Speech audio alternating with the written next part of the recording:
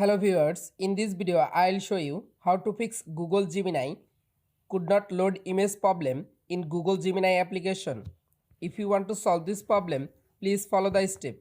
Step 1. Long press or long tap in Google Gemini app. Go to Apps Info or I button. Click on Storage. Again click on Clear Data. Tap on Clear All Data. Go back, open Play Store. Step 2. Open Play Store or Apps Store. Click on search icon. Search Gemini app. Updated Gemini application, latest version. Step 3. Open your phone setting. Click on search. Search Wi-Fi connection. You make sure your Wi-Fi or mobile data connection is properly connected or stable connection. Step 4. Restart your device and again open it.